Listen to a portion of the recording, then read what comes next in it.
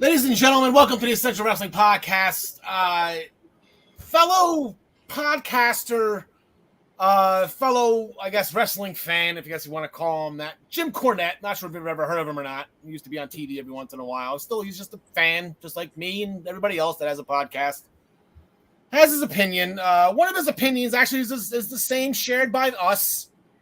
AEW pay-per-views are too long. I do believe All Out went about 4 hours, not counting 0 hour, I guess, the kickoff, the buy-in, whatever you want to call it now. Went about 4 hours. He did a 5.5 hour show complaining about a 4 hour pay-per-view. Irony can be pretty ironic sometimes. You know what I'm saying? It's really just ironic.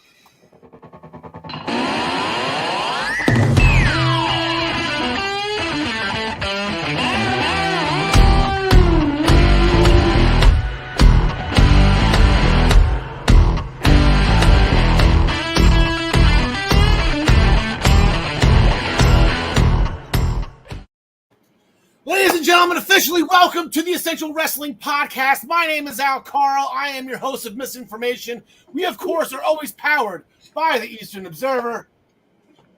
You can taste the power. We will not be going 5.5 hours today.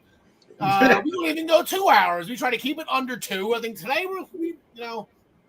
today might go a little quick, actually. I'm going to try to shoot for an hour and a half. Here we go.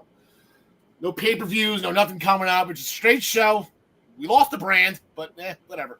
See what happens. On the bottom part of our screen, we have our first ever PWP champion, the living legend, John DeConnie. John, how are things today in your neck of the woods? Good. It's a lovely day here in Jersey, and we're talking wrestling. Can't beat that. And on the top part of our screen, joining us as always. And number 4, John Smith. John, how are things with you today? Good, man. Already knocked out of my survivor pool on the NFL side of things. I had Denver and I had Tennessee. I could buy back, but I don't do buybacks.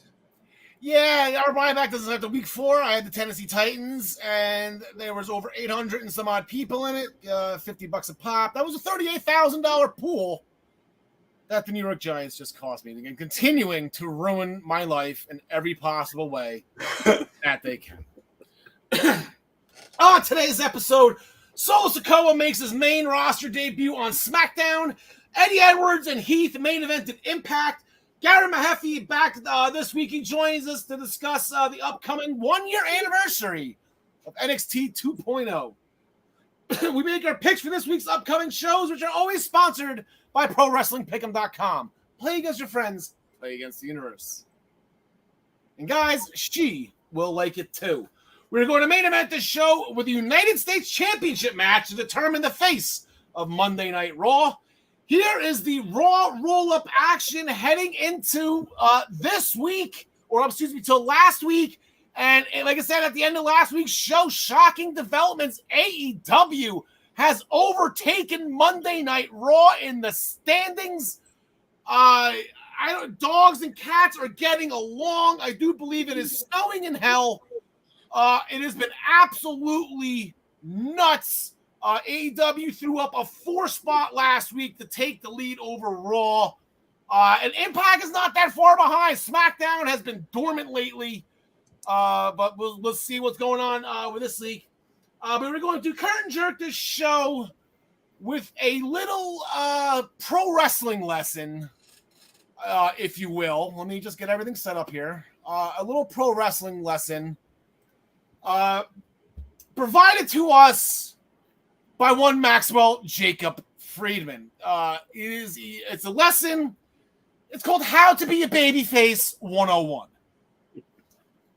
First, you make a big return to a pay-per-view after a long layup. That's what set this whole thing up. Crowd was happy to see MJF after All Out, specifically more after the scrum. You know, I was on the Save Us MJF. I created a hashtag. Didn't really catch on as I wanted to. I guess I'm not as big as an influencer as I thought I was. But that's how we start off. So he started the show after the announcement that they vacated the championships. We'll get into that in a second. But he started the show. First thing on the list, appear in the arena, appear in the hometown. I got it backward. Appear in the local football team's jersey, specifically a quarterback, especially if he's good, such as Josh Allen. Check. The next thing you should do on the list, high five and or hug an announcer. That's good sign, yeah. Crowd going nuts. MJF going nuts. Run side to side on an entrance ramp yelling, "Let's go!" Yeah, MJ, he was fired up. Crowd was going nuts. This is some good stuff. You're writing this down, John Smith. You writing this down? I'm sorry, I fell asleep. Gotcha. Lean into the crowd to let them so they can feel the love and they're a part of your epic return. That's a good spot right there. Drop to your knees with your arms out and then in over your heart so you can feel the crowd cheering for you and take in the moment. Scream the hometown's team name. In this case, it was Buffalo, the hometown's name, and scream, "I'm back!" And again, the whole crowd goes nuts. Ask the crowd a question where they have to scream yes emphatically, as you see MJF right there, and there's the crowd in unison screaming at that point in time. As I mentioned, when we go back to the football jersey, mention the hometown team's quarterback and say he's the greatest of all time. There you go, Josh Allen. He actually had a pretty good day last Thursday, so they have every right to cheer him right now. Apologize for your sins, making us feel that he's reformed. There you go. Oh, that was a different one. Hold on, we'll get to that in a second. Chant, say you love the company you work for, followed by leading the chant of the company's initials. He was chanting AEW at that point. Say without the wrestling fans, there's no MJF. There's no insert wrestler's name here. Give yourselves a round of applause. Without me, without you guys, there is no me. I do believe Hulk Hogan started that way back when in 2005. This one, it goes a little expert level. Call a fat woman in the crowd gorgeous. This one goes a little bit of above and beyond here. MJF, he decided to pull apart. Look at that face right there. He's got the heart going with his hands. That one's good. Use your voice changing humbly, bragging about what you did at the pay-per-view that you returned on. In this case, MJF won the casino ladder match that he can cash in anytime he wants. The crowd goes absolutely crazy. And then he also just thrown there, he's making a boatload of money. So, yeah, the crowd's getting into it. Say you're going to be the leader the people need, comparing yourself to a great leader of the past, such as Moses. In this example, as you can see, MJ parting the Red Seas right there, saying that he's Moses. Say number 14, here we go. Yep, let the crowd chant your catchphrase, which they all did in unison. I'm better than you, and you know it, so that was good. But the real wrestling lesson here is healing AP honors, because MJF was full of crap the entire time. You will be quizzed on this by the end of the show, and like I said, extra credit if you can find a fat woman to call gorgeous. That was next level, MJF. That was the heart. You're beautiful, honey. Beautiful. But yes, John DeConnie, we have a vacated championship tournament that we will get into later on. But the main event of the show, and I'm glad they did all that stuff early. They got MJF out of the way. Actually, followed that was Jon Moxley, who came out. And Moxley, in my opinion, the same as everybody else's, Moxley did the right thing. They went to the right person on this. I was saying hashtag save us MJF. He was going to be the guy, but MJF's really not the guy for that. It is Jon Moxley. He's the guy with the experience. He's the guy that they brought over. He's been the champion for X amount of days with 2 separate title runs. And Jon Moxley in the ring saying it's time for him to become a legend. It's put himself in that position and winning this tournament, I think it's irrelevant, but it's just, he's the guy. So just real quick, John, the quick roundtable. Jon Moxley, with what he did, what he said, is he the guy? I believe there was a members-only meeting a roster meeting that was held by Moxley, Jericho, and Bryan Danielson. I guess I consider him a locker room leader, but he kind of hopped on a little bit late. Yeah, it seems like at this point you can't go wrong with Mox. I'm not 100% sold on the fact that that's where they're going because of the way they've booked things in the past, but I think Mox would definitely be. Mox is all right. I'm not drawing this definitive parallel, but Mox is their John Cena in that, when Rob Van Dam gets pulled over and caught with weed in the car while he's carrying your title, you go right back to either Orton or Cena, those guys you can rely on. Mox, now that he seems to have his demons out of the way, is that guy they can go back to and rely on. Yeah, John Smith, in case of emergency, John Moxley, right? That seems to be the case. I mean, he fills the role really well. He puts on great matches all the time. He's probably like the best. Daniel Bryan's the best they got, but I think he's the most over with the crowd, though. So, absolutely put it back on and make him a 3-time. That way, CM Punk's 2-time championship thing isn't special because there's a 3-time champ, and call it a day. Yeah, I'm not saying champion is one thing. He's held the belt, but like I said, he held it a long time after he beat Jericho that first time around, and he was the big free agent signing. He was the big guy. He carried us through the beginning part of the pandemic before he passed it off to Kenny Omega, but it just seems locker room leader. Exactly. John Cena was that guy. The Undertaker. Undertaker wasn't champion all that often, but he was the guy. Whether it be locker room leader, in-ring leader. I think if this was WWE, like back maybe for the past 25 years when Taker was there, Taker was making that speech. Hey, guys, ship's not falling. I got you. It'll be better. We're making sure it'll be better. These guys are gone. We're getting rid of them. Or apparently not getting rid of them yet, I guess. It's just all of them, including Punk's dog, still under contract. But I'm glad they got that out of the way first, address the elephant in the room, hit it head on, so that John DeConnie, the originally scheduled programming in Buffalo, the main event, hometown hero, does good. Indeed. We had the ROH Pure Championship on the line in the main event between champion Wheeler Yuta of the Blackpool Combat Club and Daniel Garcia, the hometown boy, who I guess is still technically a member of the Jericho Appreciation Society, but there has been some slight distancing there. This is a guy who, it's almost blasphemy for him to call himself a sports entertainer, but that's been part of the fun of them of that crew getting over as heels. Well, what you got here was almost 17-minute. It was. These are two guys who don't go all the way back to the original Ring of Honor, but I think that Caprice Coleman sitting at the announce position and Bobby Cruz, who had handled the ring announcing for that match, I appreciate when they bring them in.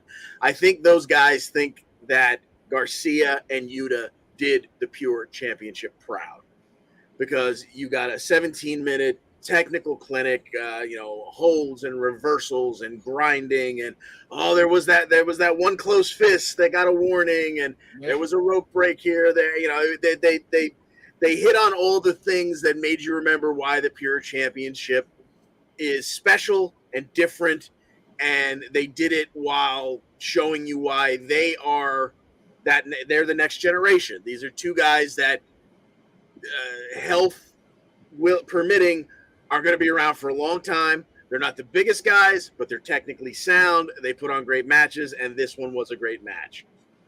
Go to the closing sequence. You had Garcia applying a sharpshooter for what I believe was the 3rd time in the match and sitting way, way back to the point where Yuta was able to reach up and grab a chin lock, trying desperately to get out of it, but all he could do was grab the chin. There wasn't really much he could do with it, and eventually he had no choice but to tap. And your hometown boy gets a celebration in Buffalo. He is the new Ring of Honor Pure Champion.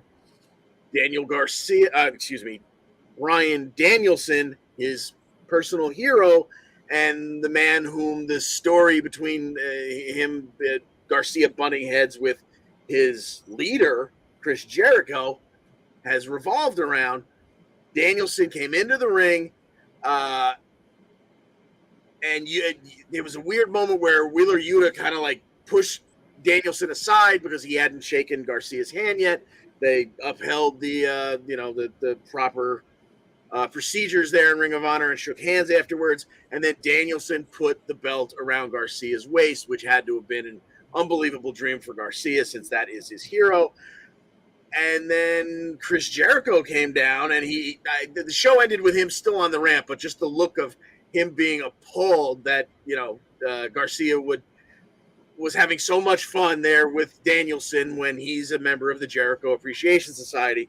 So clearly we have not seen the end of this whole love triangle, if you will, storyline. Yeah, it's gonna continue tomorrow night when they get out, and we'll get into when we make our picks for Dynamite tomorrow night in the AEW Championship Tournament. As I mentioned, the AEW World Championship was vacated. The AEW Trios Championships were also vacated due to the suspension of Kenny Omega and the Young Bucks during their altercation. He said, she said with CM Punk. So they were all just stripped of their titles. The dog's okay, which I guess is the most important thing. But John DeConnie, originally scheduled match, we were going to get Best Friends versus the Death Triangle regardless. But Tony Khan came up and he got booed. Like, he's getting up there with like Goodell and Gary Bettman and all the other commissioners, where Vince McMahon's in a sex scandal and he gets cheered and people sing his theme song to the ring. Tony Khan's getting booed when he comes up on stage, so you better be careful going forward. He's like, this is gonna be a good idea. I can turn myself into a character. Yeah. Anyway, I digress. But he vacated the Trio Champions, and he announced that the Best Friends Death Triangle match would be for the vacated title. We're going to get this one out of the way right now. That's what he did. Yeah, they had a really crappy situation going into that show, and a lot of people were tuning in just to see how much of a fustercluck it would be. And say what you want about Tony Khan, he handled it about as well as you could. He announced that world title tournament that I'm sure you'll get to, and there were a lot of names in there that make it very intriguing, and he took care of this with the Trios Championship. And what you got here was Death Triangle versus Best Friends, which was already, as you said, a scheduled Trios match for the evening. We turned that into the new title match without having any kind of brackets. We didn't need to roll all the way back to that. Unfortunately, now that Malachi Black is out of the company, I didn't get the final that I wanted between House of Black and Death Triangle. But this one served its purpose, and it was a hell of a 13-minute match. Even had a comedy break where Danhausen and Alex Abrahantes got at it outside at ringside. And then you had, of course, Phoenix and Penta jumping all around. At one point, they took out Cassidy and Trent with stereo topes. It left Pac in the ring with Chuck. He hit the Black Arrow, the 1, 2, 3, and Death Triangle are your new Trios champions. And we have a first ever in AEW, a first ever champ, and that goes to the bastard Pac. Packy 2 belts. There you go. Is that really the first two double champ in AEW? Yeah. Excluding obviously Kenny Omega with his other champion from other places. Yeah. Yep. Word. ROH World Champion Claudio Castagnoli defeated Dax Hardwood in the main event of Rampage to retain the world title via the sharpshooter in an absolute classic. Side note, I just found out going through Twitter before the show just to make sure any matches were added last minute. I did see that FTR is going to have to defend the IWGP Heavyweight Tag Team Championships on October 1st against Aussie Open. So I think there is a New Japan show. I don't know where it was or what it's called. I forget what it was called. I saw it was they had the graphic and it was all moving and everything. It was pretty updated, 2022 graphic. But so I think the first time since they won them, they're going to have to defend them. So good luck, FTR. Jungle Boy was pissed about what happened to All Out, and rightly so. Got work just like everybody except for me. Saw it coming. Gonna take years off of Christian's life once Christian returns from surgery. Tough line here by Jungle Boy about Luchasaurus. It's ironic how you used to carry me on your shoulders, because for the past 3 years I've carried you on my back. Jungle Boy with some fighting words. You see, you get him the microphone, he's actually not that bad. He's been practicing, I guess, all those years where he wasn't allowed to talk. Good for There's him. a good deal of piss and vinegar in that boy. There it is. I'm sure Christian's been the one coaching him through this whole thing. That's a great point.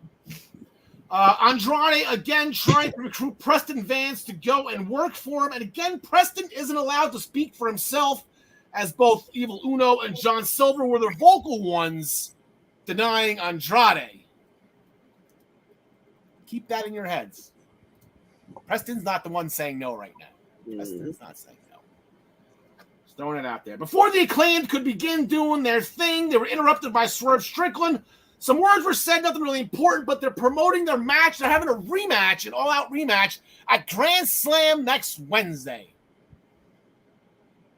I think the Acclaimed are going to be the ones who are benefiting from all of this crap. We're going to give the people what they want to make them happy to get them back. The Acclaimed are the most over things in AEW right now. We will discuss it next week, but spoiler, I'm picking the Acclaimed to win the Tag Team Championship.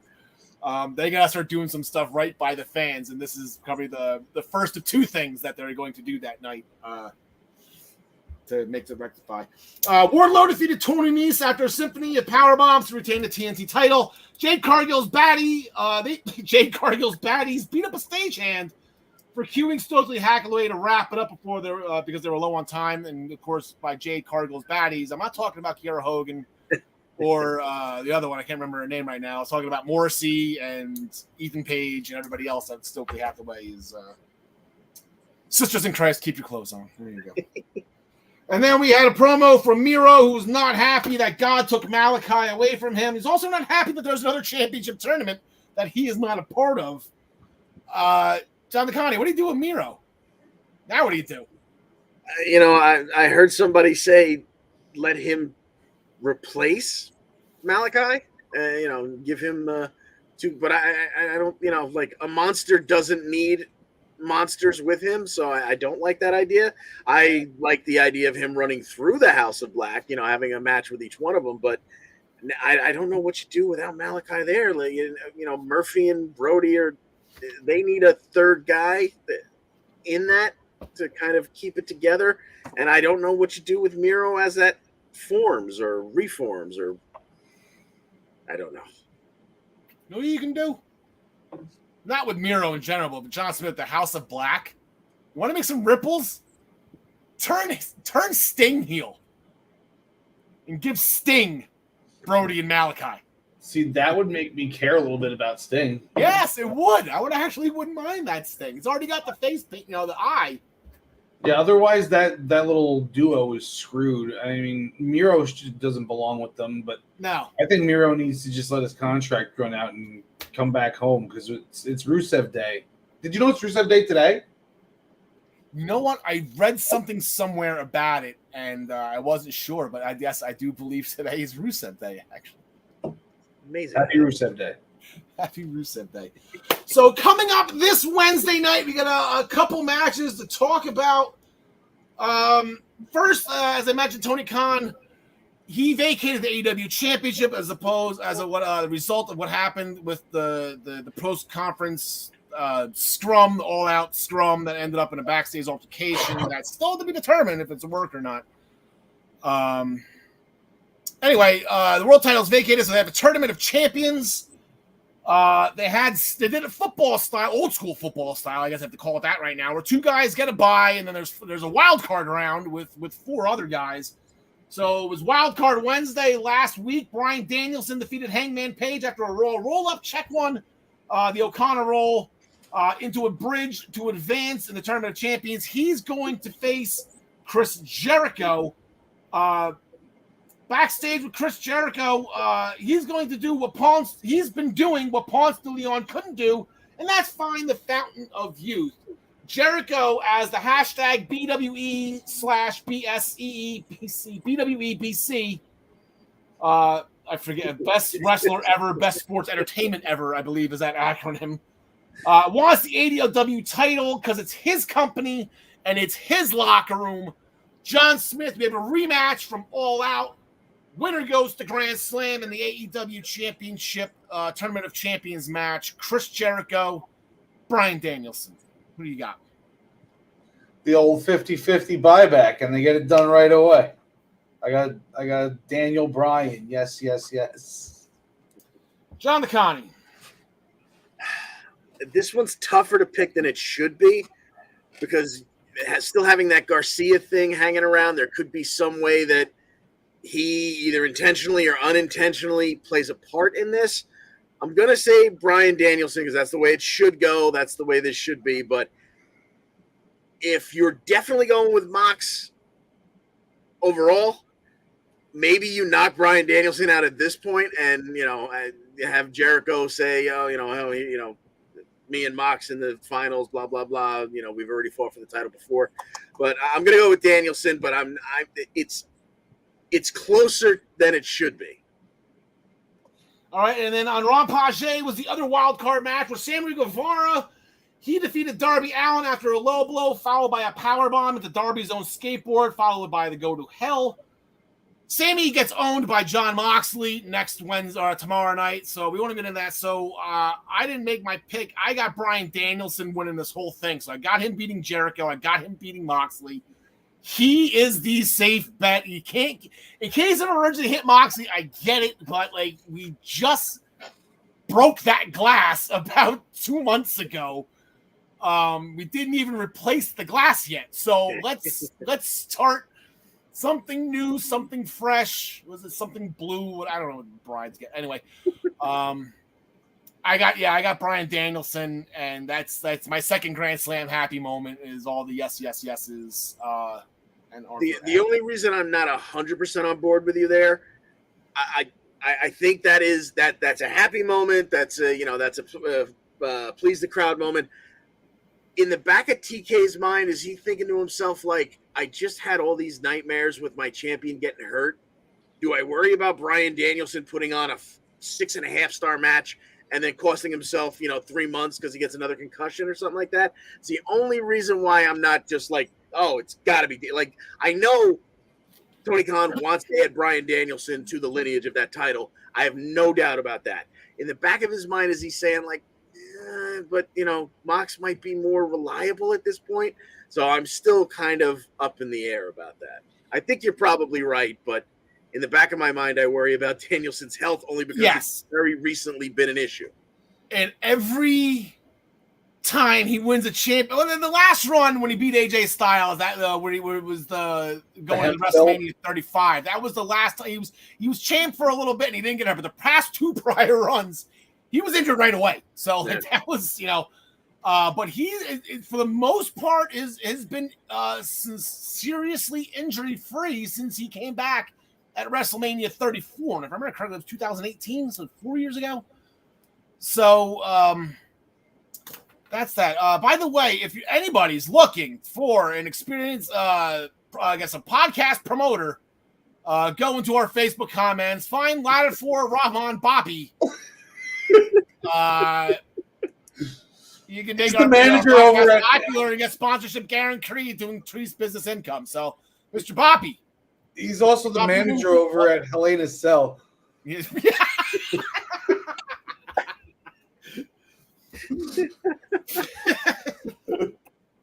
he does podcast promoting on the side when he sells cell phones. Tony Storm defeated Penelope Ford with a pendulum DDT. Serena Deeb on Rampage defeated Madison Rayne after a Serenity Lock. This Wednesday, we're going to have a tag team match with Tony Storm, our interim AEW Women's Champion. I got a question for you. Dumb question. John Smith. I've been saying I put interim in front of the AEW Women's Championship, but if you go to AEW, it's the AEW Interim Women's Championship. What do you prefer? Does it matter? The nomenclature? I think the second one sounds better. But no, I mean, I think either way, you shouldn't have interim ever in the first place. Yes, that's the real answer. Yes. C, correct answer. But we're choosing between A and B here, John McDonough.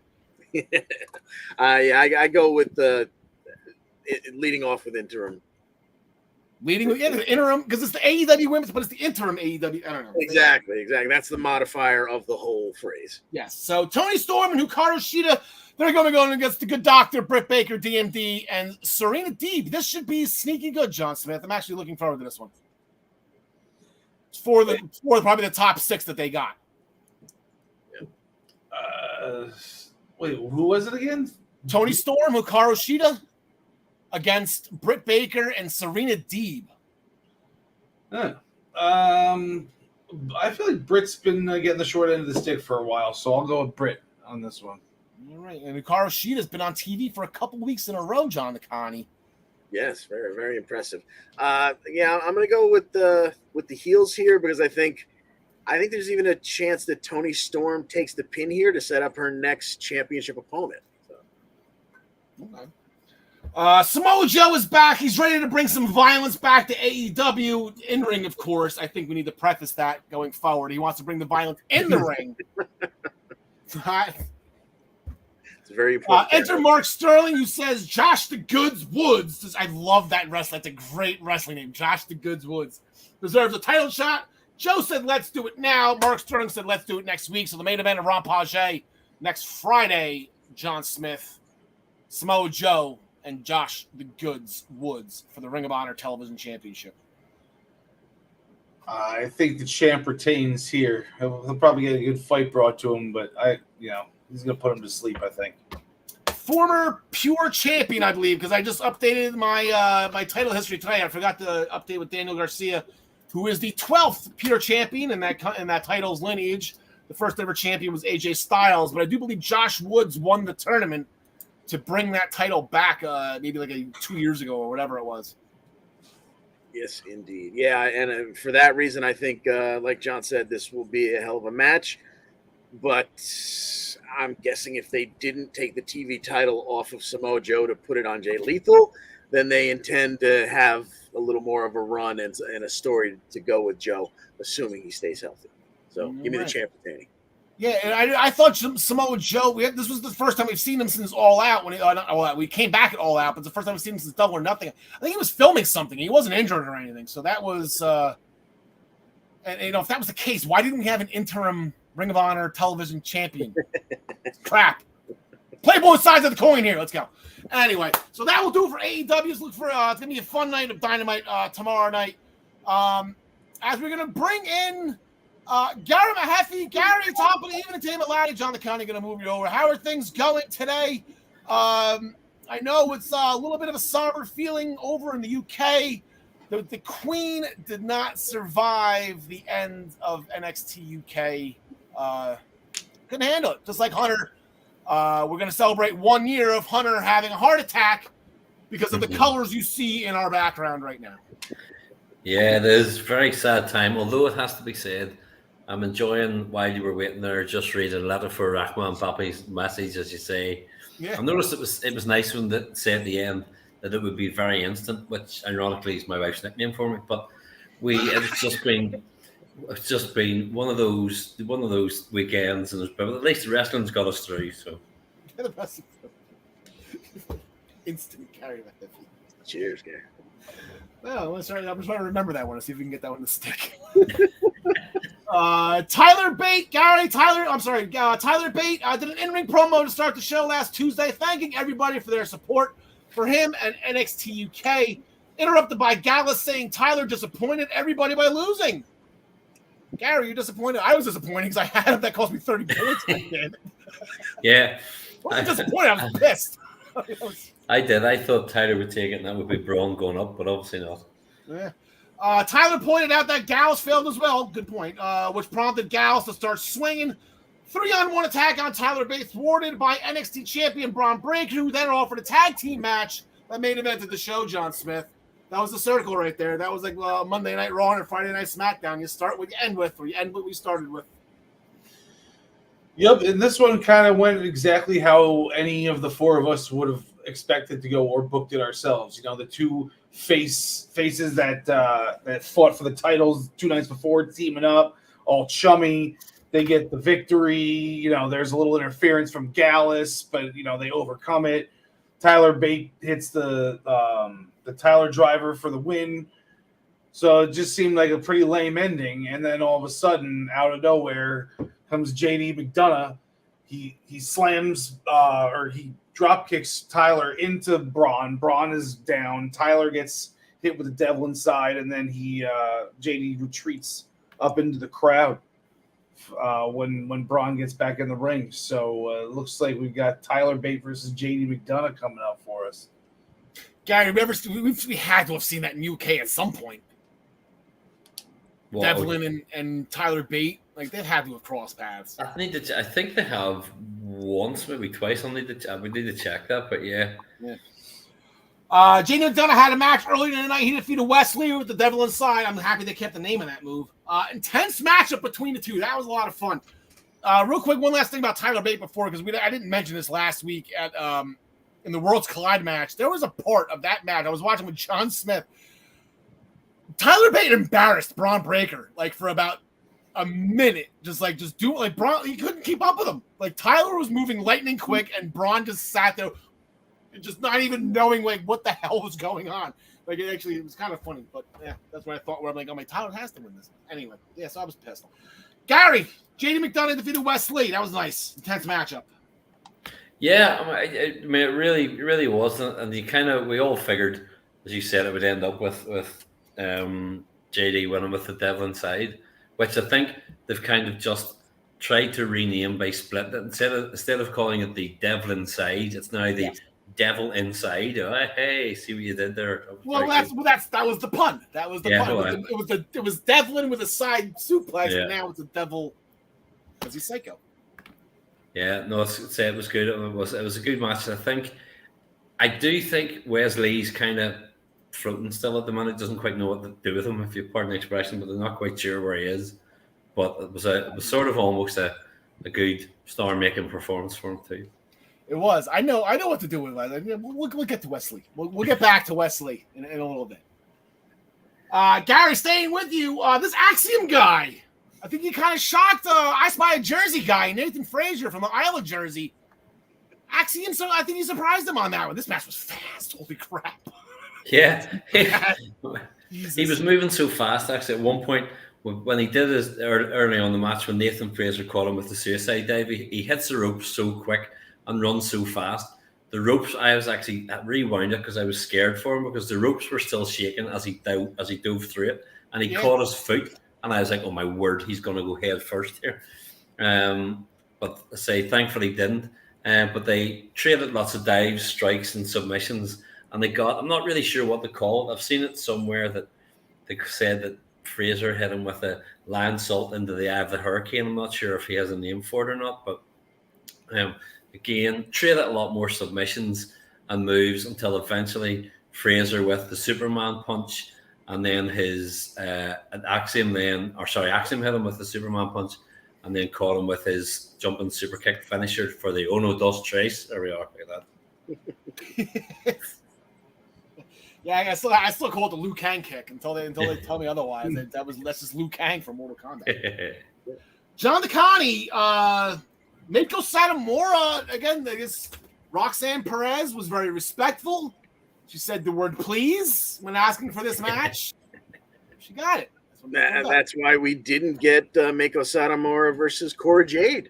Yes. Because Cora did, go out of her way to invite Mako into the generation of Jade, and she was going to bless her with a match against the one and only Cora Jade.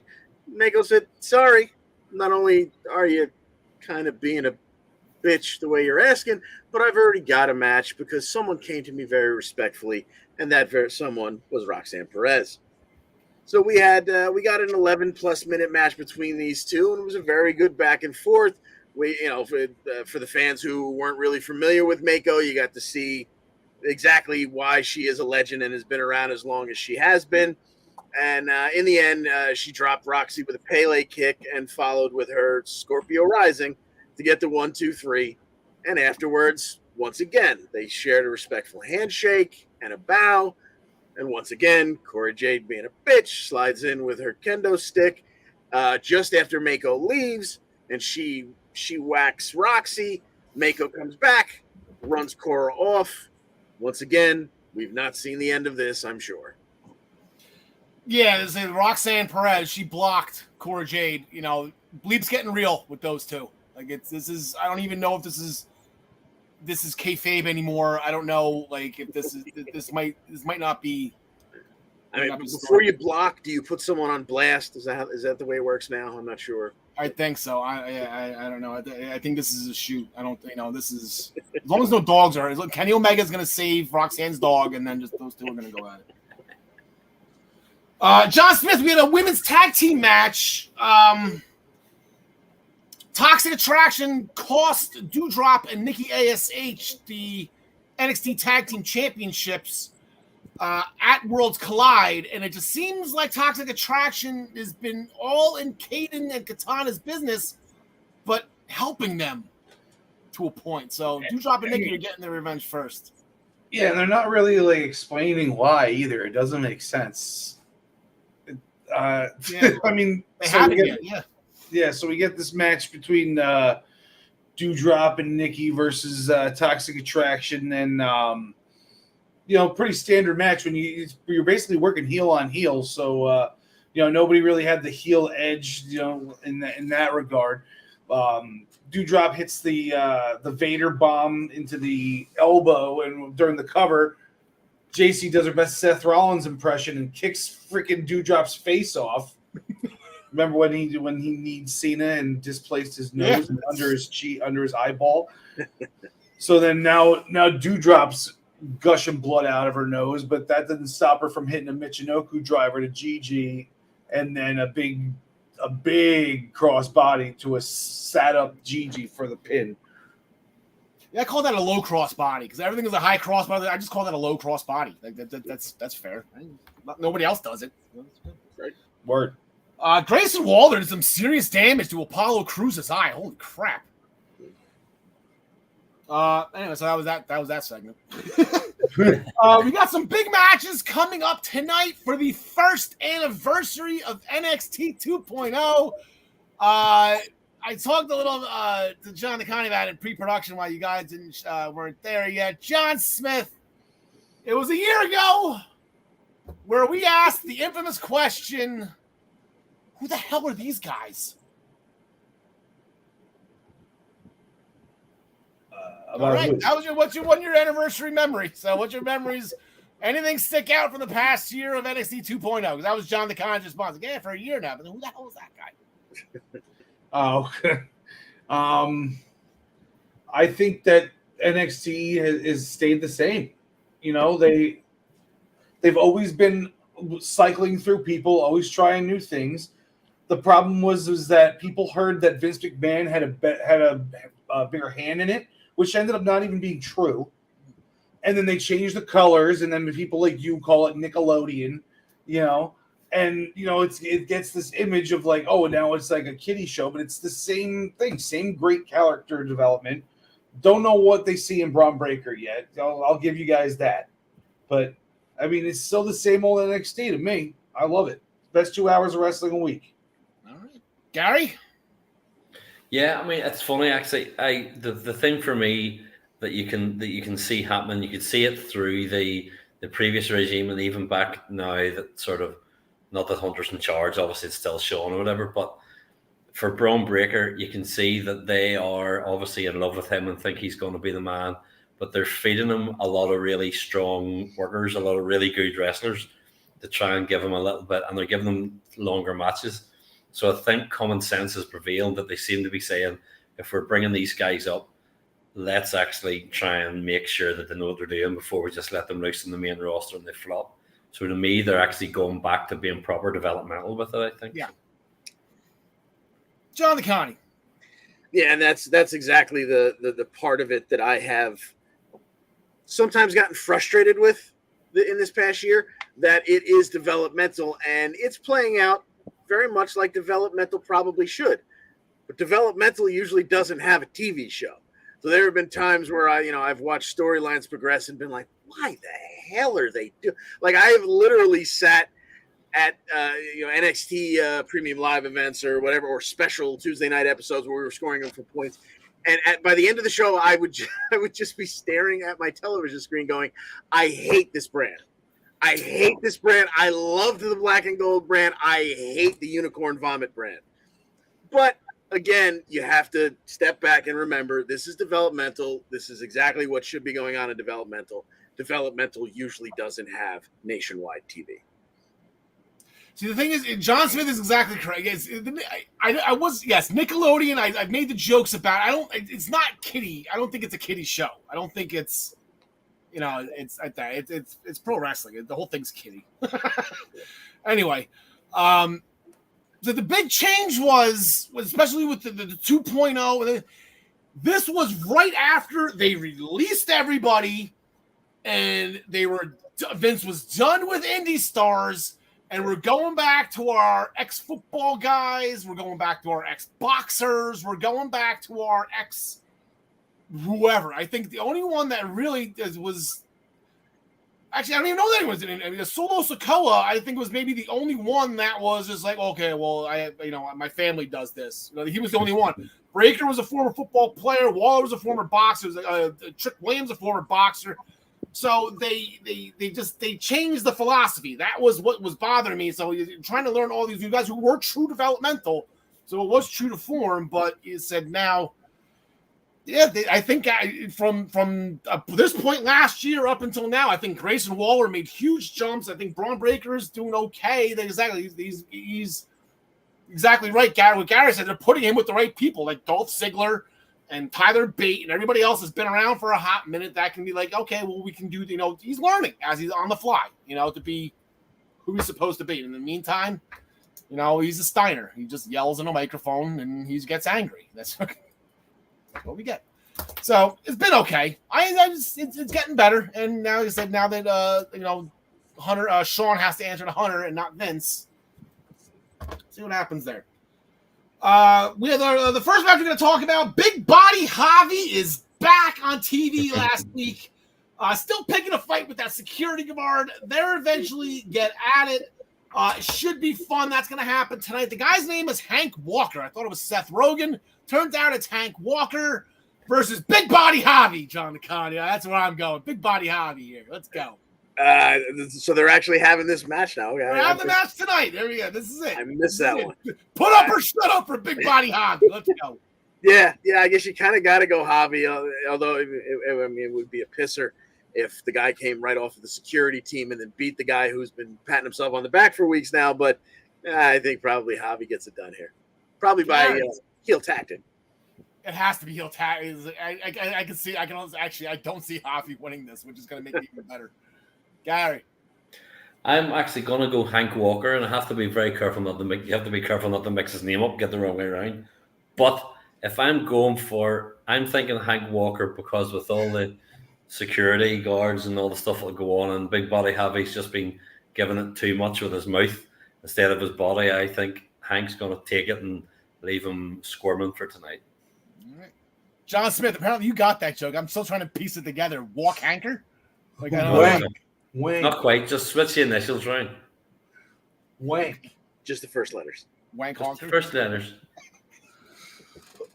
Now you got it. Good. This one, Gary. It's a much more common word where Gary comes from. yeah, exactly. Honk wanker. Good. John Smith. I think it would be fun if this was all a swerve to introduce us to this new security guard guy, and he's got a whole story or something. But no, I got Big Body Javi winning this one by heel tactics, of course. Kiana James has a new assistant. That got my attention. Okay, good work, Kiana. Talk nerdy to me. Both of you. She's a badass. Ariana Grace also doesn't like Zoe Stark and Nikita, so it looks like they're going to fit it in both of their busy schedules to take on Zoe Stark and Nikita Lyons this week, John Smith.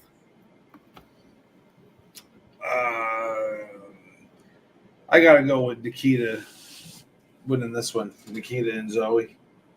Yeah, this should be pretty straightforward, Gary. Yeah, I think that too, which probably means if I'm picking them, they'll lose. But yeah, I think Nikita and Zoe as well. John Connie? You know what? I'll stick the flag in my own little island here and say that Kiana and Ariana get it done, perhaps with the assistance of Giovanna, the assistant. That's her name, Giovanna? Yeah, Giovanna Eberneo. She's a BJJ like black belt. She's a badass chick. BAJ, badass chick. Okay, gotcha. She looks badass. Anyway. Tony Beach, Giddy, offering Cameron Grimes a spot in the family again. And again, Grimes said no, that he doesn't need anybody. Eventually, Stacks made a comment that pissed off Grimes to the point where Grimes threw his espresso, not espresso, his espresso, at Stacks, and then was proceeded to be beat down by Tony. So we're going to have a tag team match tonight. It's going to be Stacks and Tony Beach, Giddy, in the family. Going against Cameron Grimes and a mystery partner, a partner of Grimey's choosing. Gary, Grimey hasn't had a friend since Ted DiBiase. Yeah, I think if Vince was still in charge, you'd have some random boy with a really random name. I honestly don't know. I was thinking, I was going through the roster going, who could they do? Could they bring somebody in? Will they bring like a name in? I'm honestly not sure who it is. Bobby! Sorry. Wait, maybe they could bring in somebody from AEW. Let's see that roster real quick. There's one or two there. Maybe it'll be CM Punk. Could you imagine?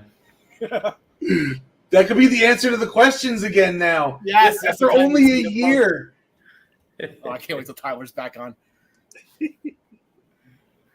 I have no idea, but I'm going for Cameron Grimes for the win. All right, John DeConnie. Yeah, I'm going to say Grimes gets it done. I mean, if I had to put money on it, I'd say maybe they just let Wesley go out with him because it's baby faces. But I heard a little grumbling this week, and I'm not even going to sponge bomb it. But I'm gonna tell you who I really hope shows up because I've heard, like I said, little grumblings about perhaps someone reverting back to another character.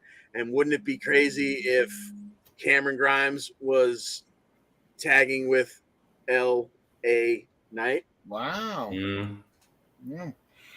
Was this the segment? I didn't take it down in my notes. I know Quincy Elliott arrives next. He's arriving tonight as well. Was he eyeing up Cameron Grimes? Was it that he was eyeing up somebody last week? From behind, I don't recall. Yeah, I'm gonna go with Quincy Elliott on this one. This is gonna make his debut as a tag team partner with Grimes.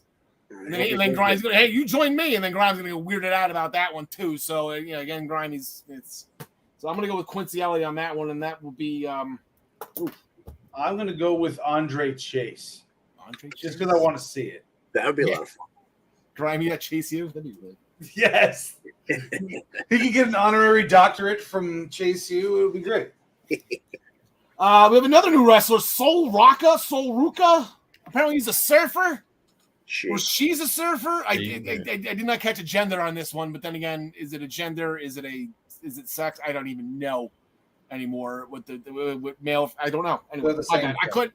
There's a surfer coming soon. There you go. Pretty Deadly in the back. They were admiring their the double side plate check. That was awesome. That was worth them winning both belts. The picture they took in the hotel room together. They're great. Yes, boy. Lash saying people are saying Damon Kemp was the only reason that they won, which was the theme of the evening, which was pissing Pretty Deadly off. And we'll get to that in a second because we're gonna go back to Lash Legend. Because she actually had just announced she's going to finally have her match, John DeConnie, with Fallon Henley tonight. That's been stemming from that whole tag team titles. They've been brawling on the outside throughout that whole tag team unification feud. So we're finally going to get Last Legend versus Fallon Henley tonight. Okay. I guess give me Lash Legend here because she's the more outgoing. Like we know a lot more about her than we do Fallon Henley.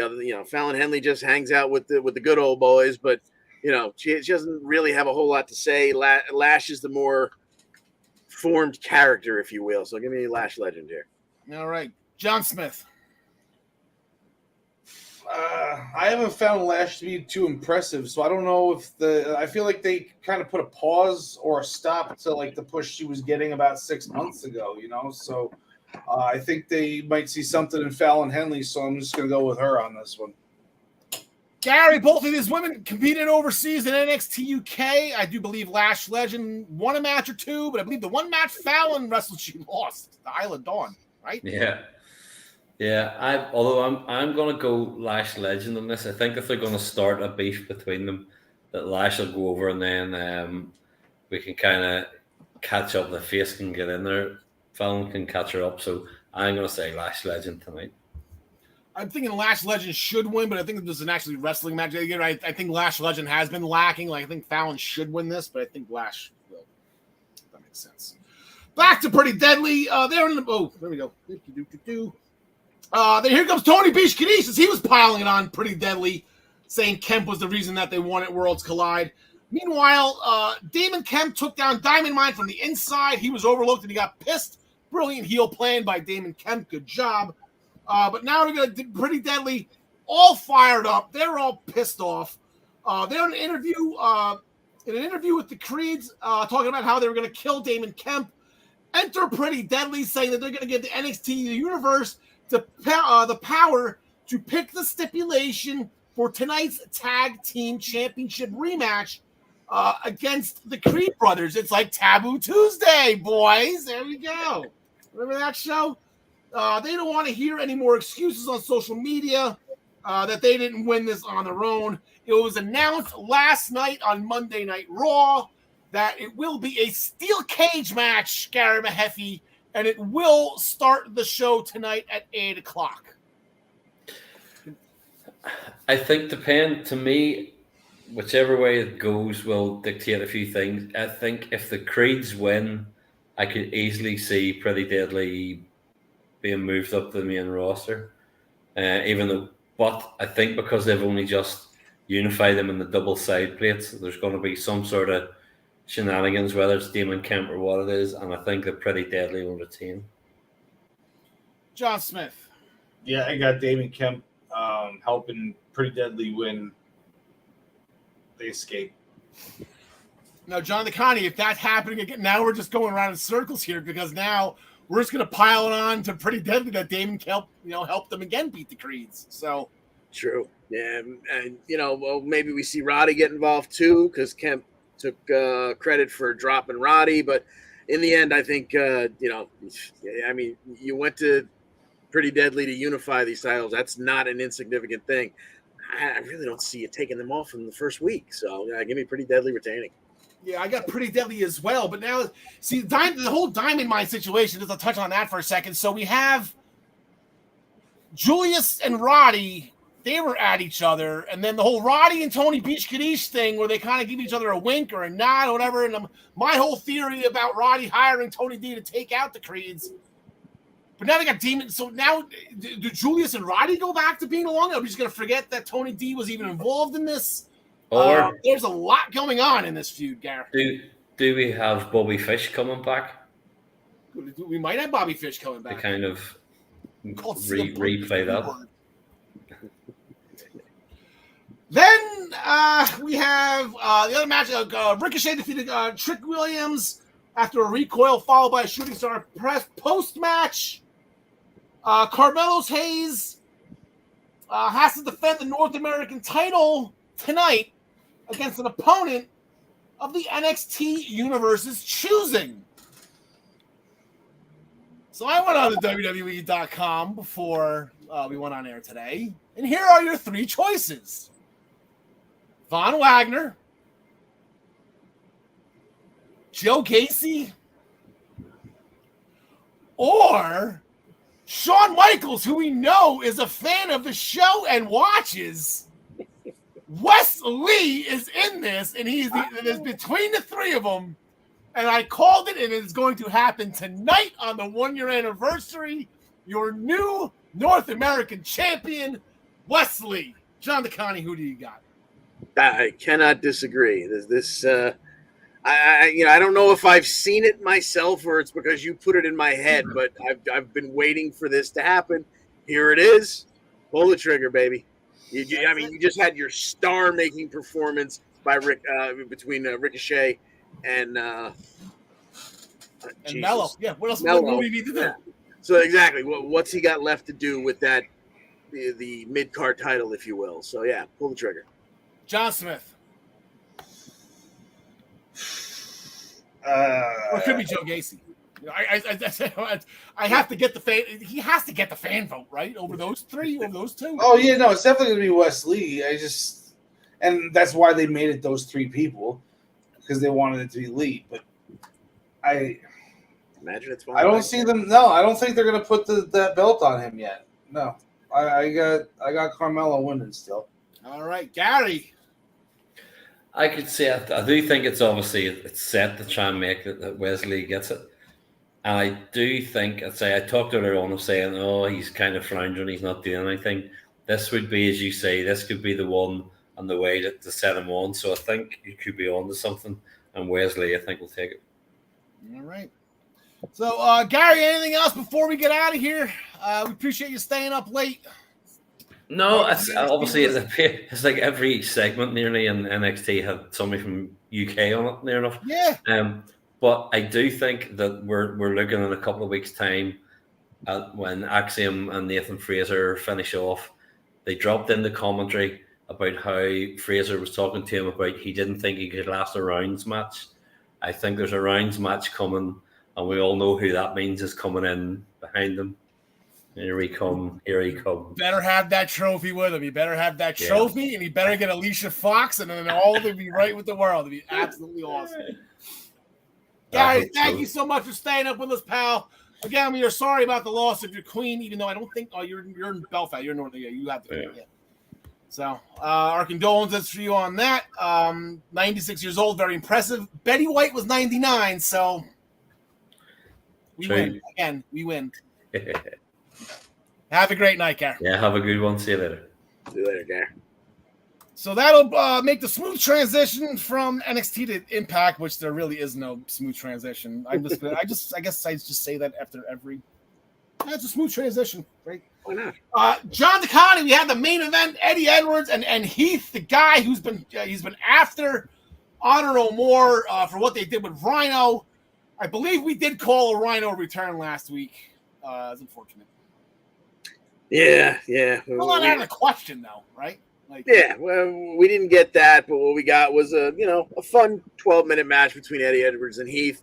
We had Heath even, he hit the wake-up call. So for a minute there, you might have thought he could have gotten this big victory over the number one contender, but Mike Bennett slides in and he gets a wake-up call too. And as the ref is rolling Bennett out, Eddie goes with a low blow uppercut and follows with the Boston Knee Party to get the 1, 2, 3. But more importantly, afterwards, Eddie calls out the champ, calls out Josh Alexander, tells him he's kind of takes sides in this war that Eddie seems to have brought up in his own head between what's right and what Impact management is doing to everyone, apparently. And Josh Alexander told him, if there's two sides to be chosen, I'm not on the one with you, Eddie, because I think everything you're doing is wrong. And okay, that's fine. You're not going to join Honor No More. You're not going to be on our side of the war. And then there's 6 of us to beat the living hell out of you.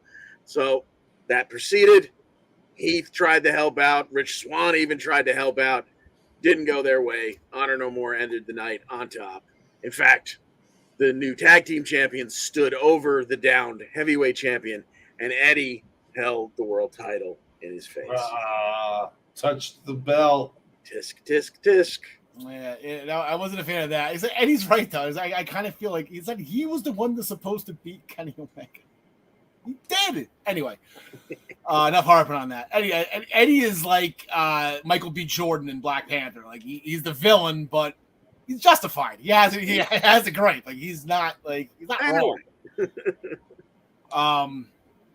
Match on Thursday night, John Smith. As a result of this, it will be Josh Alexander. It will be Rich Swann. And then we'll be going against the new tag team champions, OGK, in a non-title contest. Titles will not be on the line. Missing again from this also, Rhino didn't make an appearance. Willie Mack didn't come out either, and that's what if we can get like a 6-on-6 Donnybrook involving Willie Mack and Rhino and all this, that would have been awesome. But Sign me up for that. Yeah, I'll go with the champs, even though it's not a title. John the Conning. Yeah, you got, unfortunately for Rich Swann, you got him there to eat a pin. So, yeah, I think the tag champs deserve to, not be treated like the women's tag team champs in WWE and lose the minute they get the belt. I'll go Josh, and it's going to be another disqualification. This is going to be a disqualification situation. This is just going to be just beat him down. Just get Josh in the ring, beat him down. Maybe now we get Rhino. Like maybe now this is where Rhino returns. Heath will come out. He'll still get because the numbers game is still 6 on 3 or 4. Yeah, it's Josh, Rhino, and Swan, or Josh, Swan, and Heath. Like it's still 6 on 3. Rhino will even the score though. He would. Rhino's worth 3. Rhino is worth. Eddie Edwards earlier mentioned in the night to Kenny King and OGK that Vincent was off cleansing PCO. Again, feels unprovoked. But I thought they were just missing from TV tapings that week or something. But nope. Video package of PCO and headgear that was apparently shocking him while Vincent was whispering sweet nothings into his ear. I hope this works for PCO's sake because he's just getting killed for absolutely zero reason. Chelsea Green defeated Ty Valkyrie after Jessica was arguing with the referee for not being in position for a roll-up victory for Taya. Turned into a poke to the eyes, Chelsea pushing Taya into Jessica into an I'm prettier for the win. Jessica tried to help. Didn't work out. So I think we're going to circle back to that she can't be trusted at ringside.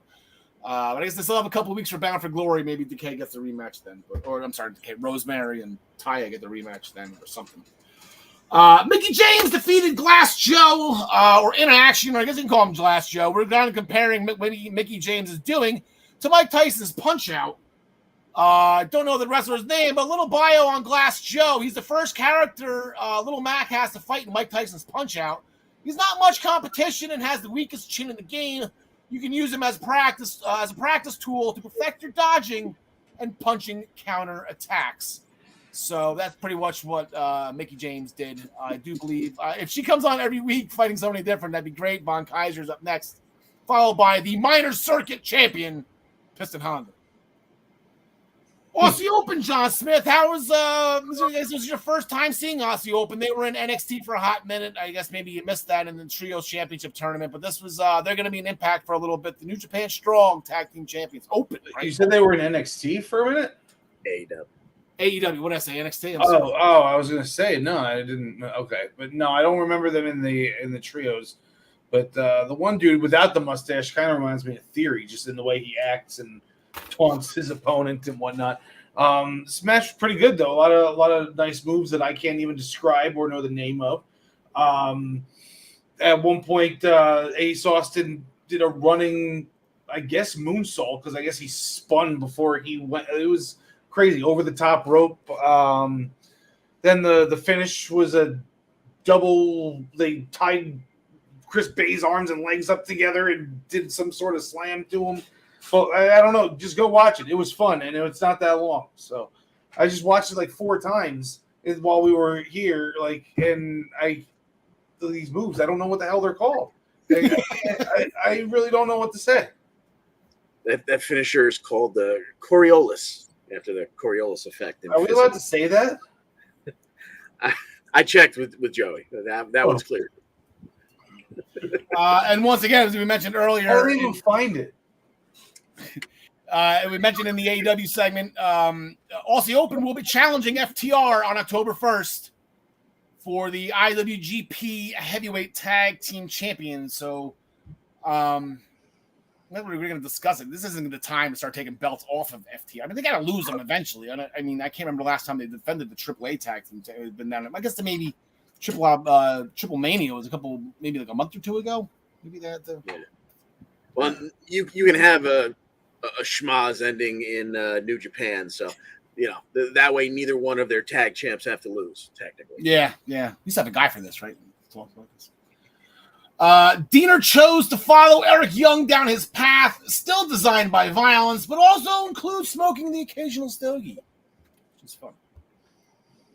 Jordan Grace isn't going to let Masha Slamovich get into her head before Bound for Glory as she walks into her locker room, and there's pictures of herself posted all over the wall with "Masha's gonna kill you" written on them. You're gonna have a pick your poison match at Victory Road, where it's going to be Jordan Grace versus an opponent of Masha Slamovich's choosing. So we'll get into that next week, as Victory Road is next Friday night. John DeConnie, we had the Digital Media Championship on the line. Feud of the year, Myers and Gujar. This has got to be PWI worthy. These guys are getting at it. Oh, yeah. And then, but once again, we're not really getting clean finishes. And once again, they went for 10.5 very entertaining minutes, only to end with a DQ. When Myers goes for the belt, Gujar gets his hands on it. He wins the tug of war. And you might have expected him to maybe toss it aside or whatnot, but he's not, he's not above taking out some frustration. He whacked Myers in the face with it, causing the DQ. So Myers technically gets the DQ win. But Gujar leaves with the belt again. And Scott, backstage, catches them both backstage later. And Scott says, you know what? Like, he took it away from Gujar. Come on, Bhupinder, you got to give me the belt back. And Myers was expected to be handed the belt back. He said, no. Enough of this crap. I'm going to hold on to this because the next time you two meet, it's going to be at a ladder match at Victory Road, and this is going to be hanging from the rafters. I would hope it's at Victory Road. It sounded like it's going to be next, not this Thursday coming up, but the following Thursday, like the night before Victory Road, which is that would be really stupid. But I guess it's something that Impact is going to impact every now and then. Yeah, they haven't impacted in a while, to be honest with you. I think they're due for an impacting. Like that's really true. Yeah, they've been pretty on point lately. Killer Kelly has a match with Alicia Edwards this week, and Gail Tim told Tasha Steeles that Killer Kelly wants Tasha on commentary because she likes it when people watch. Week by week, Killer Kelly is just climbing up. Her character is like if Dexter Loomis actually spoke. Creepy as hell, but she'll actually do some of her own talking. Kenny King interrupted Scott Damore's conversation with Mia Yim, not happy with the result of his X Division Championship match the week prior. Speedball Mike Bailey is booked next week against Mascara Dorada, who beat Alex Zane for the title opportunity. We'll get to that in a second. But Scott D'Amore has an announcement next week that Kenny King will want to listen to. I'm assuming it's going to be some type of Ultimate X or X Division Championship car crash with 25 people and one woman. It's going to be interesting. It'll probably be Mia Yim because she got involved in the match. In the meantime, Kenny King is going to fight Little Red Shoes, or also known as Yuya Uemura, who Uemura won. After King tried to cheat, Mia Yim came down. She was a little pissed off that her interview got interrupted. She prevented it from happening, eventually kicked Kenny King in the head, allowing Uemura to hit his high crossbody off the turnbuckle, a la Ricky the Dragon Steamboat for the win. So good job for Little Red Shoes. But we circle back to the X Division Championship, John Smith. Brent Matalik will now be challenging Speedball Mike Bailey this Thursday. That's going to be a good one. It will be, yes. I got my man, Fat Sack Mike Bailey. John DeConnie, we haven't broke out that. Did I still have the button? I got to put the button back on. I guess I got to put the button back on for next week because they're going to impact me pressing the gimmick button hard for Bound for Glory for the X Division Championship. Exactly. They bring back the Red Cage. I know you just did a story on this. God, I hope not. The Asylum, right? What was it called? Yeah, Steel Asylum. Yeah. I'm gonna go with Bailey retaining here in a great match with Metalik / Dorada, and then like you said, smash that gimmick button to see what we get going towards Bound for Glory. Maybe we get the gimmick at Victory Road, and we get the championship at. Like I said, I think Mia Yim's going to be involved in this because normally it's Jordan Grace. Usually one woman finds her way into an X Division Championship match, and it's usually Jordan Grace. Yep. And then I think it was Tessa Blanchard before she was the first one to do it. That worked out for her. Not for the X Division. I don't think she won the X Division. It worked out for no, but it got her fighting the guys, and that led to her being world champion. So. Yeah. There's an interview with Steve Macklin, still denying that him and Moose are in cahoots, even though they've been, caught talking about it. Anyway, they're going to be the tag team match this week, John Smith. They're going to get Taurus and Crazy Steve. Wait, who's fighting Taurus and Crazy Steve? Moose and Macklin. Oh, Moose and Macklin. Yes. John DeConnie. Agreed. There was a video promo with Sami Callihan promises that Moose and Macklin, he has them right where he wants them heading into Barbed Wire Massacre. He's going to have them at their throats. So I got a funny feeling maybe a lights out. You hear a kendo stick hit or something, and then like the lights will go back on, and Macklin will be down from the hit to shot, but Moose will be holding the kendo stick because Sami threw it at him or something. Like Sami's going to do something I think pretty clever. I think it's going to be thumbs up, with the planning here, and then thumbs down when they get out. Yes. I'm trying to figure out that catchphrase. That's the best one I think I've gotten so far, though. I just still don't get it. And then the Good Brothers backstage interview. They're not done with Honor No More. This title loss just gives them another chance to win another title. Sure. You can't be a 16-time champion if you don't lose the title 15 times. There you go. They're interrupted by the Motor City Machine Guns, who were asking why they've never gotten the Good Brothers in a 2-on-2 match. Anderson thinks that match should main event Bound for Glory. I think it should be saved for Bound for Glory. But now, John DeConnie, we're going to get it Thursday. Yeah, which, unfortunately, I think tells us what we need to know, that the Good Brothers are on their way out the door. So, unfortunately, Karl Anderson's going to have to count the lights one more time. Give me the John guns. Smith. Yeah, he's used to it, though. Yeah. John Smith. I agree. Karl Anderson, count the lights. Could we get a fourth team here to have a 4-way at Bound for Glory? You can have these two teams, and then I don't know, like maybe EY and Diener. When is Bound for Glory? Like in 2 weeks or 3 weeks. October 7th? October Friday, 7th. Okay. So now we switch seamless transition from Impact to Friday night. We're going to layeth the smacketh down on your Rudy Poo candy asses. The Usos and Sami Zayn in the ring introduced to us to Solo Sikoa, who was the newest member of the Bloodline as a result of what happened from Rikishi giving birth to him, I'd say about 20 years ago. I think it happened before Clash in the Castle. Anyway, interrupted by Drew McIntyre with a steel chair, took a swing at Solo, who, credit to him, didn't run from Drew, but was pushed out of the way by Sami, and Sami took the chair shot. Drew yelled that he wants Solo Cola tonight. Solo agreed. Backstage, Sami Zayn earned Solo Sokola's appreciation, John DeConnie. Rikishi just got a fourth son. That is my favorite part. My favorite part about this whole thing is not just that Sammy's in there. It's that, Jimmy was already kind of okay with Sami. Now Sikoa kind of pats him on the back and thanks him for himself. And the whole time Jay is just disgusted. Sami and Jimmy have a handshake, right? Like, they have their own. Oh, that's fantastic. But rolling forward to the main event, Drew McIntyre gets his wish. He gets Solo Sikoa in a one-on-one match. And again, Sammy's there to help the Bloodline. We get Sami distracting McIntyre for just a second, which allows Sikoa to avoid the first attempt at a Claymore and counter it with a super kick. Then we get another distraction from Sami to pull the ref to one side of the ring so that Jimmy and Jay can mug McIntyre while he's on the floor. Then the Street Profits come out to get rid of the Usos. McIntyre eventually hits the Claymore on Sikoa, but it knocks him completely out of the ring. And as Drew's kind of looking at it, deciding, is he going to go over the top rope and wipe everybody out? He doesn't really get the chance because Karrion Kross slides in, slaps on the straitjacket, taking him to the ground, causing the DQ win for McIntyre.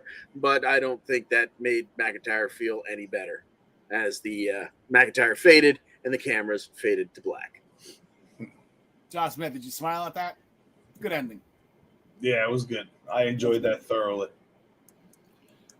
John DeConnie, we had a number one contenders elimination match where the winner gets Liv Morgan, who is enjoying the match from a luxury suite up top of the building. 5 members of the women's roster. This was a lot of fun. Yeah, this was a fatal 5-way, and this one had an old school feel to it in terms of WWE because there were 4 decisions in this match, and yet the match was only 4.5 minutes long. So now, and I know you are the master of the statistics. This is going to take a deep dive. Has there ever been a multi-person match, elimination style, where there was 3, or in this case 4 or more eliminations that were all done by submission? I don't expect you to have the answer off the top of your head. Wow. Yeah, that sounds like something Shayna Baszler would have done in that one chamber that she ran through before 36. That would be my only. True. So we had Ronda eliminating Natty with an armbar in like 1 minute and 20 seconds. Less than 60 seconds later, Sonya eliminates Xia Li with a head and arm choke. Ronda eliminates Lacey like literally 2 seconds later with another armbar because they were kind of almost simultaneously applying those submissions. And in the end, Ronda eliminates Sonya. She decided not to go for the armbar this time. The ankle lock gets the tap. 4 minutes, 33 seconds. Ronda is moving on to face Liv Morgan once again for the SmackDown Women's Championship, this time at Not So Extreme Rules. Okay, I have the Shayna Baszler, 5 submissions. Well, there you go. Sarah Logan, submission. Ruby Riott, submission. Natalya, submission. Liv Morgan, technical submission. Asuka, technical submission. 21 minutes. Wow. So she definitely got to show off a little bit more, I guess. Yes, I'm sorry. I was looking that up during your thing. I don't know I'm sure if you got this or not. Okay, so this match had me out of my seat when it came down to Sonya and Ronda. The simultaneous eliminations by Ronda and Sonya, that was cool. I got excited. They had a 5-second MMA shoot. I don't know. Did you get into this at all? No, I didn't break it down, but yeah. Okay, they had a 5-second shoot, like MMA fight. Sonya attacked her with a couple like rapid, and Sonya can punch pretty fast. Couple rapid fire punches leading to an attempt at a single leg takedown, and Ronda immediately countered it to an offensive mount and attack, and Sonya had nothing to do. Like Ronda, because like it's going to do nothing, right at it. I'm like, damn it. She went to the Olympics for judo, didn't she? Yeah, but still, I'm sure she had to learn that stuff to be the greatest female MMA fighter of all time. Like, right? That's what I'm saying. That's what Ronda was an Olympian in judo. There's no way you're taking her down. No, not if you're her size. No way. But like Sonya is an MMA fighter, or was an MMA fighter, or attempted to be. She has an MMA background. Yeah, it's shaky, but it's not. No, Riddle made it to the show. Sonya, I don't think made it. But like, it's just one of those things. Is like, okay, like Sonya's. Oh wow, she got completely outclassed on that one. Like, okay, Ronda's still nasty. It's like, going back to something we mentioned a couple of weeks ago. It's like Kurt Angle, Brock Lesnar.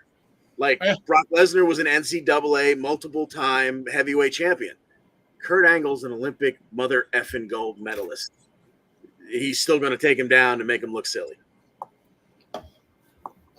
Backstage, Ronda Rousey and Shayna Baszler approached each other and ended up running into each other backstage. Shayna wished Ronda luck against Liv at Extreme Rules. Ronda told her revenge is better than winning and to let her know when Shayna is ready to break some bones.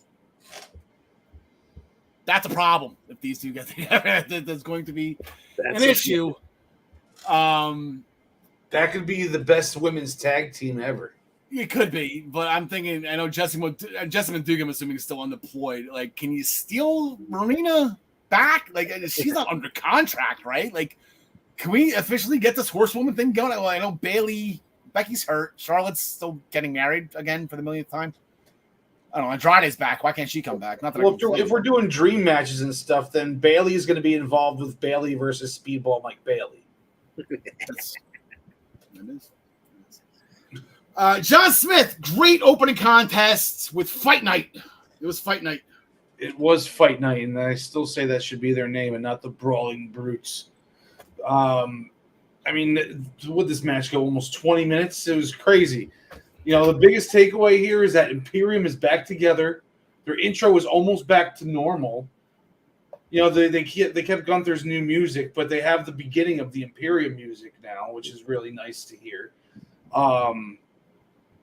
So we got them back together, which adds another tag team to SmackDown, which adds a nice faction to SmackDown. Mm-hmm. This match went on for 20 minutes, and it was just like, you know, back and forth the whole way, except when Gunther was in the ring. Gunther maybe took a couple slaps and a couple hits, but Gunther was dominant throughout this match, but he didn't actually get the pin. Imperium won with the Imperium bomb that Kaiser and Vinci hit for the 1-2-3 on Ridge Holland. I almost forgot their old names, and then I just forgot their new names. This is the problem. This is why you have to have slide rules and pie charts, you know, since NXT 2.0. You know, gun to my head, I'd be dead. If you told me name what are Grizzled Young Veterans' new names, I'm dead. I have absolutely no idea what their new names are. I just know they're handing out smiley faces right now on NXT, which is just 2 weeks they could have held off on that, and they would have been fine. Like, they would have been in a fatal 4-way for the UK Tag Team Championship unification or whatever it was. He shaved his beard and everything. Yeah. Raquel Gonzalez. Oh shit! There's push-ups. Raquel Rodriguez and Aaliyah defeated Toxic Attraction. The Hana bomb on JC Jane. I was gonna make a whole thing that maybe Toxic got called up because it was a SmackDown nameplate. There was no real mention of NXT from what I heard. I was wondering if they were officially called up. But then when Sonya last night on Raw came out to challenge Bianca, it was a Raw nameplate. I just think they're just staying with the show that they're on. Anyway, they had this match because Toxic Attraction was supposed to wrestle Raquel and Aaliyah in the tournament, but then there was an injury that really didn't last that long, considering Toxic wrestled last week on NXT as well. So I guess it just was a 24-hour virus, I guess, maybe. I have no idea. Street Profits and Hit Row defeated Maximum Male Models and Los Lotharios after a heavy hitter on Mansois. Alpha Academy over from Raw. They were not happy that Braun Strowman interrupted their beatdown. Interrupted and beat down everybody in the number one contenders match on Raw the week prior. So Braun interrupted them again. Eventually, power bombs for both of them. Braun Strowman is back. Didn't see him last night. Maybe he's going to stick around on SmackDown. Who knows? But now the number one contenders match was moved from Raw to SmackDown. I think maybe to avoid Strowman.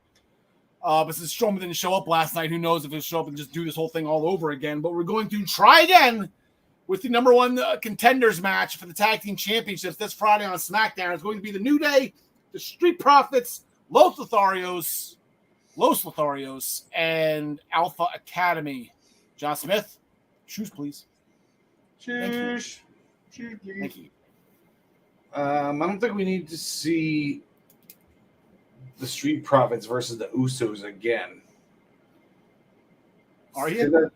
This is for the number one contendership, right? Yeah, we don't get the Usos. Yeah, so jeez. I'm gonna go with Alpha Academy. All right. John Connie. This one's hard. Yeah, I totally agree. I mean, the New Day, I don't know why the New Day are even in this. They've been getting destroyed by the Vikings, so I don't know why they would be in a number one contender match. The Street Profits, yeah, if they wrestled the Usos again, it would be great, but we've seen it enough times, and they're not getting the job done. And I'm sorry, but I continue to not care about Los Lotharios. Give me the Alphas going for the unified titles. All right, I'm looking this up real quick. March 11th, 2022. So March 11th. 6 months. So that's 6 months? Yeah. He come back from a neck injury in 6 months. Is Big E due? Is Big E due back? Because now you have the Usos with Solo Sikoa versus the New Day. Like, you just expanded this to another level. Now that Solo's involved, I think maybe not now. Maybe like Survivor Series. Big E comes back to help them after the New Day tries and loses and tries again and loses, all because of Solo's helping. And one time Sammy helps, and then it's. Do you think Big E comes back? I think we're getting New Day and Usos for the next couple months, and I think it's because Big E is making his way back. I've never broken my neck before or had neck surgery, so I have absolutely no idea. I do know that you can come back from a pregnancy, though, Ronda Rousey said, in 4 months. Well, not that wrestlers aren't big fat liars and don't lie to us all the time, but I hope you are right, because just for the fact that I want to see Big E come back and return to competition. But I think the last time he gave an update, he was free to take off the brace and go about living his normal life, but not okay to start taking bumps again. So hopefully he's lying to us and he is practicing and taking bumps, and hopefully you are right, because that would make me so happy to see him back to being the Big E that we know and love.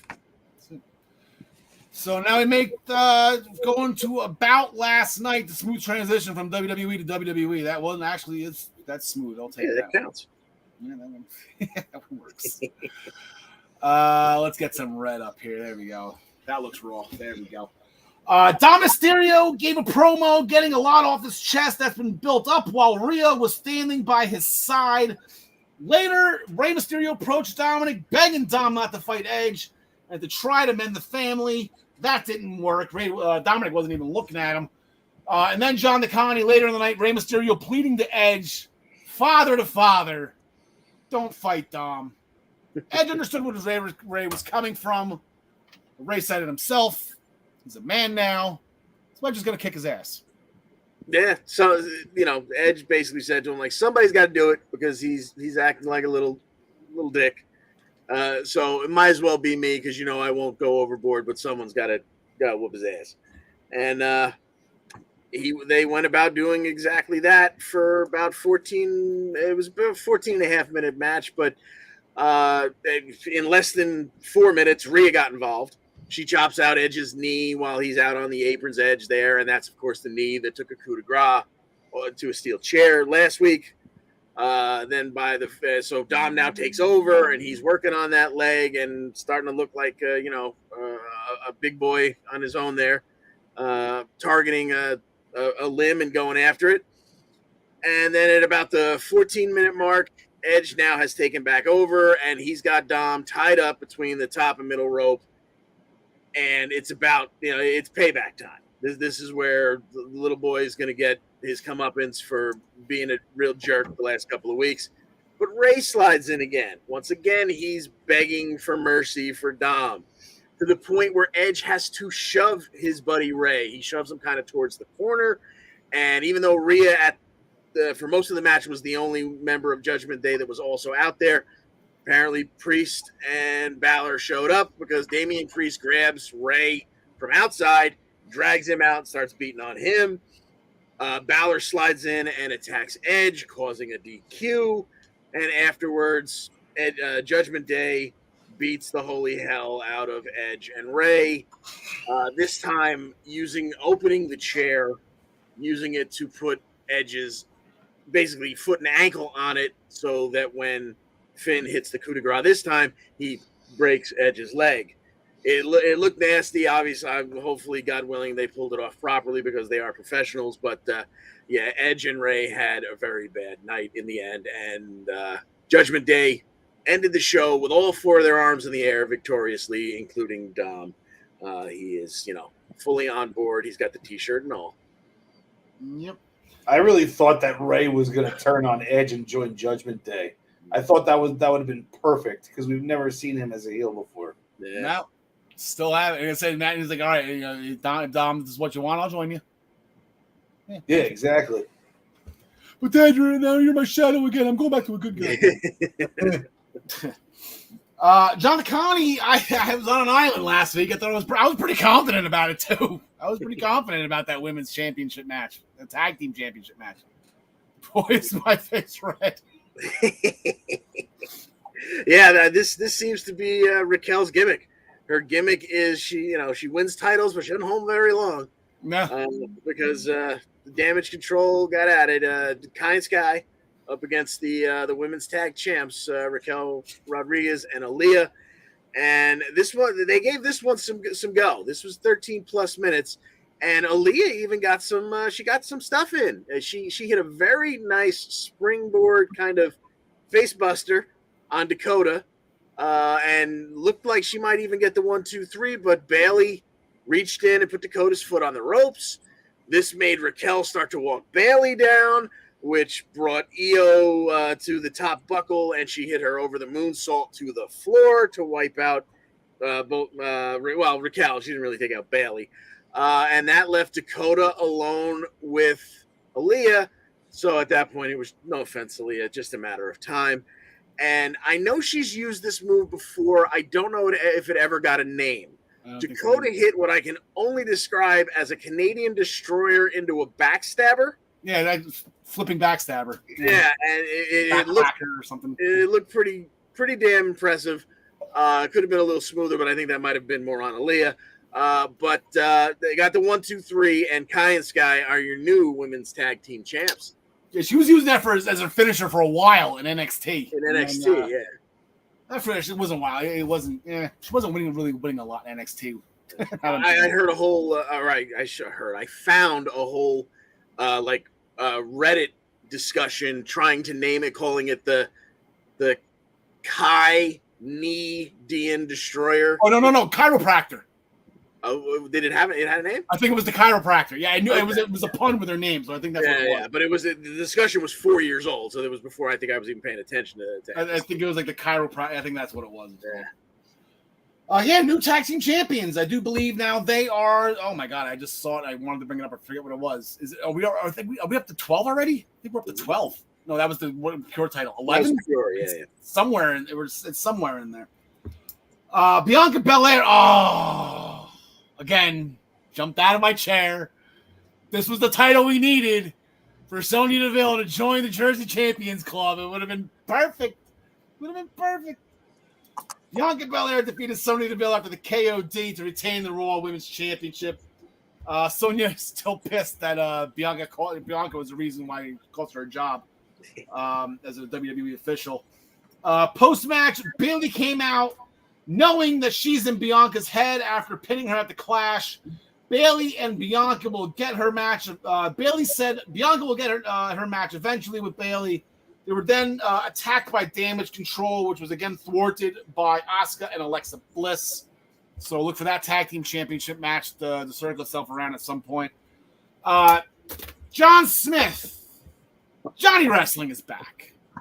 Great first opponent to put him against. There's nobody better that you. If you want to show a new audience what Johnny Gargano can do, you put him in the ring with Chad Gable. Yep. And Chad already gave Johnny a new nickname, so he's not Johnny Wrestling anymore. He's Johnny Shoosh. He went to work on Johnny's knee from not right from the start, but about a few minutes in, he hit a dragon screw while Johnny was tied up in the ropes. A dragon leg screw. I don't know. Dragon screw leg whip. Yeah, there you go. And it gets him in the ankle lock at one point. Johnny's got him in the Gargano escape, and then he switches it back to the leg lock, the ankle lock. He had him up for a razor's edge almost, but he didn't have him up. He was just on his shoulders, and then flipped him down into a DDT. That was freaking impressive. Graves had a name for that too. It was a common move. I forget what he called it. Who? Graves. I didn't know it. Oh, it was the so DDT. Whoa, okay. It was probably a move Graves ripping off Excalibur.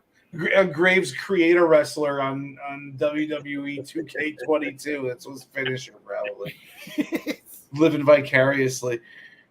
So Johnny gets the win, and then Otis tries to get involved, and Johnny thwarts that and gives him the little chop on his way out of the ring to give the little suck it, Otis. So Johnny wrestling with the I forget the name of his DDT for the 1, 2, 3. One final beat. One final beat. Maybe I'll remember things one day, guys. Yeah, but then he said he thwarted the attack from Otis, walking back up the stage. I was like, oh, no, this isn't going to work out well. He's not getting out of this scot-free. Here comes Theory. Cracks him in the back with the Money in the Bank briefcase. Oh, yeah, I forgot about that part. So he laid out Theory. He goes into the ring. They take a commercial break. They come back from the commercial. Theory was staying in the ring to gloat about ruining Gargano's moment. Interrupted by Kevin Owens, who shot another emotional promo trying to motivate Theory into proving people wrong and living up to the potential Theory thinks he has. All went by the wayside as Theory will do things his way. So they started brawling. I think they're going to have a match next week. I know, John Licani, you confirmed it. I think they confirmed it. I might have missed that this morning when I rewatched it. But hypothetically here, maybe not next Monday. John Smith, is Kevin Owens getting this Money in the Bank briefcase? Ooh, I never even thought of that. You take, because now we're in a new regime. Theory was Vince's guy. Now Hunter's, Kevin Owens is Luke Gallows or Doc Gallows protected here. Do you just give, because Owens is a prize fighter, he's gonna want the titles. Is Owens doing this just to get the briefcase? I'd like to say yes, but at the same time, I'm also the guy that doesn't have Roman losing until next May. So I don't. That means that I think whoever has this briefcase is going to lose it. Is going to lose their cash in, and I don't think that Kevin Owens would ever sign up for that. So I think it stays with Theory. All right, John Licani. Yeah, I'm so torn with this one because, I said Theory is going to be a champion, and this is a hell of a way to get him, to have that. But man, I so want to see Kevin Owens with a title as well. I think maybe they have the match for it, but Theory finds some way to win it, kind of heel tactics and holds on to it because I don't know if they still have any idea exactly what they're doing with these two titles. So. Yeah. Yep.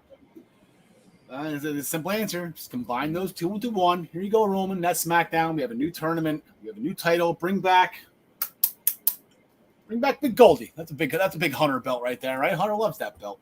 There you go. Just celebrated the anniversary where Bischoff gave him that belt. Greatest moment in wrestling history. Almost defeated Twin Action in a handicap match. Before the match, Almost was in the back, walking into the ring. Walking, towards the ring. Jimmy Smith had to mention Braun Strowman's name. Are they really going to feed Omos to Strowman first? Can we? I think this would be great for WrestleMania. This match would be, and Strowman's got, Hogan Andre all over again. Running power slam on Omos and a huge memorable WrestleMania moment. You can't do this now, right? That's got to be a bill. A Rumble showdown into a WrestleMania match? I think that would be awesome. Now, I think Omos should win that match, though. I would love it if he did, too. I don't think he wins, but I don't think you do it now. Because if you do it now you're just feeding Omos to him. And you're just erasing everything Omos did the past 2 years or how long he's been around. I say team them up. That'd be fun. Yeah. How do you beat them? Honestly, how do you beat them? True. Seth Rollins opened the show asking our belief in karma. Riddle says Riddle wants a rematch, but Seth isn't interested. He wants championship gold. Riddle came out anyways to attack Seth. Fought into the crowd past Tugboat, who was in attendance. I thought that was fun to see. I haven't seen the big tugger in a while. Did anyone see that woman dressed as Tugboat? No. It was kind of hard to miss if you were watching it. I saw the one dressed as Dusty. Or Sapphire, if you will. Watch the video. It was towards if we're looking at the ring right now, it's the top, the top right part of the screen. Woman just exactly like Tugboat. They must play that. Anyway, very good cosplay. Seth eventually ran away, and as Riddle was about to chase the Judgment Day appeared, they offered Riddle a spot. Riddle, of course, declined. So then he hit Balor with a knee. And now they're wrestling. Finn Balor defeated Matt Riddle after Rollins interfered, allowing Balor to hit the 1916 foul by the coup de grace. Post-match stomp by Rollins, who then screamed in Riddle's ear that it's over and move on. Later on in the show, Seth Rollins was backstage claiming he's the face of Raw, as he did earlier in the show, interrupted by Bobby Lashley, who disagreed because Lashley has the gold. Rollins said he'd gladly take the title off Lashley next week, which Lashley gladly accepted and said, yeah, we'll fight about it. Which did not look, Rollins didn't look happy about that. But we have a United States Championship match, John Smith, next Monday night on Raw. Bobby Lashley defending against Seth Rollins. The winner gets the United States Championship, a belt specifically made for Bobby Lashley, and known as the face of Raw. So, well, Seth says he's done with Riddle, but I don't think Riddle is done with Seth. So I think that's gonna be a factor in this match, and Bobby Lashley holds on to the belt. We need Bobby Lashley versus Gunther at Survivor Series. Do not mess this up, Hunter. John DeConnie. Yeah, I agree. If this was inside of a steel cage or something like that, where it was legitimately just going to be Bobby versus Seth, I might have some feelings one way or another. But I think Riddle gets involved, and regardless of who wins by DQ or not by DQ, I think the belt goes home with Bobby. Also, I forgot to put in my notes, and then it just dawned on me now that Dexter Lumis is still stalking The Miz. Apparently, they left for a premiere, and Dexter Lumis, I didn't see a babysitter either, so apparently Dexter Lumis was inside a house with both Monroe and Madison Mizanin. I believe those girls are 4 and 2, respectively. Yes, they are fighting. They are professional wrestlers, but that's about 20 years from now at WrestleMania 64. Yeah. Their cameramen were there. That's the babysitter. The cameramen were outside. Like that was. Where was Maurice's mom? Isn't she always around? I guess maybe. You know what? I don't. I should, and I believe you got to lose money on this question if it was asked on a game show. But no, I don't watch Miz and Mrs., so I have absolutely no idea. How is that possible? Yeah, I know, right? Miz fan, don't watch it. I know people that hate the Miz that watch it. Yeah, it's must-see TV. I'm watching. Either I'm falling asleep or I'm already asleep when it's on. Anyway, so that will do it. Fun week of wrestling. Let's hit that money-making rock music that StreamYard loves to provide. StreamYard. Nice. There it is. So let's go to the Raw roll-ups from this week. One. That's it. One hit. One goddamn it. You can't say goddamn on the radio. No one's listening. One roll-up. But it's an important one. Because not only did Bryan Danielson advance in the Tournament of Champions against Hangman Adam Page, that extends the AEW's lead over Raw. Now they're up 2. Wowzers. Unbelievable. See, it's the same as this has been not going anywhere. Actually, I shouldn't say that because Wheeler Yuta got he's now the tie with David Woods. Woods is out with an injury. Or no, Woods will be on the SmackDown party. Never mind. And then Miz and Tamina, that's just been the top of it. So, yeah. Some weeks, like they're not even to rename that the AEW roll. Did you mute yourself out? Did I? Oh, no. Never mind. Okay. I saw your lips moving, but I wasn't hearing it. Yeah, okay. No, I'm just saying, I hope they, in case nobody heard me, I hope this January AEW roll-up. The primetime rundown is back on its normal day and time. There we go. It's Joey Zarzanga, Ian Schreier, and Mike Zabel return to Friday nights at 7 p.m. Eastern Time with everything you need to know in the sports world. We gotta talk about it, John Smith. Okay, so real quick, did you watch the Titans-Giants game? I saw some of it, but then I turned it off because I don't like watching the Giants. Oh, it was horrible watching the Giants, especially with them winning. But everyone's talking about, oh my God, he went for 2, he went for the win. Okay, great, good for the Giants. Great. What nobody is talking about, and I want to put you as head coach of the Tennessee Titans right now. You are Mike Vrabel. 5 minutes to go in the game. You're up by 7. 3rd and 1. What do you do? You hand the ball to Derrick Henry. How about a tight end jet sweep for a loss of 4 yards? The Titans had that game won. They learned nothing about the Seahawks Super Bowl loss to the Patriots, which I'm sure Vrabel paid close attention to, being a Patriot alumni. Trying to get cute at home against a crappy team, and you end up losing to them, and you were the number 1 seed last year in the AFC. You have Derrick Henry, and he run a tight end jet sweep with a rookie. I don't even know who this guy was. I have no idea. He was a rookie. The Titans deserve to lose that game. Unfortunately, that gives the Essential Wrestling Podcast 2 losses. Because that is who John Smith and I had in the Survivor Pool. John McDonough, he broke a tie here. Oh, no. Tyler Adele and Joe Jarzanga each picked the Baltimore Ravens. Nicky Indiano, he won on a last-minute field goal with the New Orleans Saints. John McDonough, you trying to read the asterisks on the bottom? More importantly, are the asterisks. Yeah, Joe Jarzanga is now a part of our team. He's playing the part of Eric Bischoff. Jumping ship, turning NWO, joining the EWP, all while still running the primetime rundown.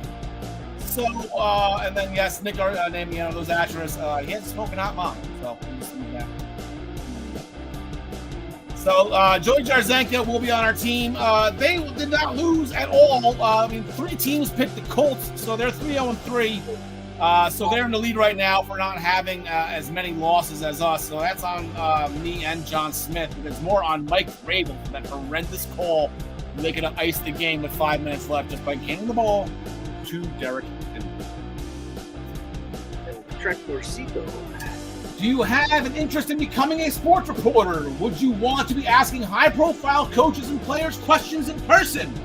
Are you a college student looking to break into the sports media industry and looking to write about your favorite team? The Eastern Observer is looking for interested candidates to join the family for college credit. Look no further. Aspiring writers, social media specialists, content creators, etc. can inquire by emailing eosports3@gmail.com. We are looking forward to having you join the Eastern Observer family. The Black Cats NYC, the official band of the Eastern Observer. Their albums Free Cake is out now on all of these music providers. Wherever you get your music, you can get the Black Cats NYC's album Free Cake. It's out now. Play it loud. As always, the Essential Wrestling Podcast is sponsored by Pro Wrestling Pick'em, the internet leader in sports entertainment pick'em pool. Join us in the Essential Wrestling Podcast public pool to play against us or create a private pool with you and your friends. ProWrestlingPick'em.com. Play against your friends, play against the universe, and guys, she will like it too. Join us back here next week for episode 120. Wow, 120 episodes. 5 p.m. on all of our viewing options. And while you're here now, watching or listening on whatever platform you are watching or listening on, please make sure to like this episode and subscribe to the Eastern Observer and the Essential Wrestling Podcast to make sure you get all the updates on all of our shows and news articles. It's all about the algorithm. Can't stress that enough. Please like, please share. We need help with the algorithm. Hashtags, we can't do it alone. Down to Connie, anything before we get out of here? Hashtag save us MJF. Save us MJF. Getting back to the football picks, if he has pulled a Eric Bischoff, next time we see Joey Jarzanga, he better run some soy sauce through his hair. Better be jet black, baby. There he is. Yeah, he jumped ship. He's joined the NWO, but he's still running WCW. So it's kind of like he jumped over there because we're the winning team. And he sold out, went to the winning team. He's still got to run the primetime rundown. John Smith, anything before we get out of here? In these types of survivor pools, ties or losses. So we're tied with them right now. I understand that, but it's a tying column in this because a lot of people got eliminated on the Colts and the ones that beat you were in. Yeah, right? I'm sure, but you know what? It's literally a tiebreaker. You know, like they have less losses, so they're winning right now. So Anyway, where am I going? So that will do it for this week. Thank you so much for joining us. Alexa Bliss, we love you. Larry Steve, forever in our hearts. Zaya Brookside, we miss you. Can't wait to see you in Europe. John the County, take us home. Thanks for joining us. And as always, we wish you the best in all your future endeavors.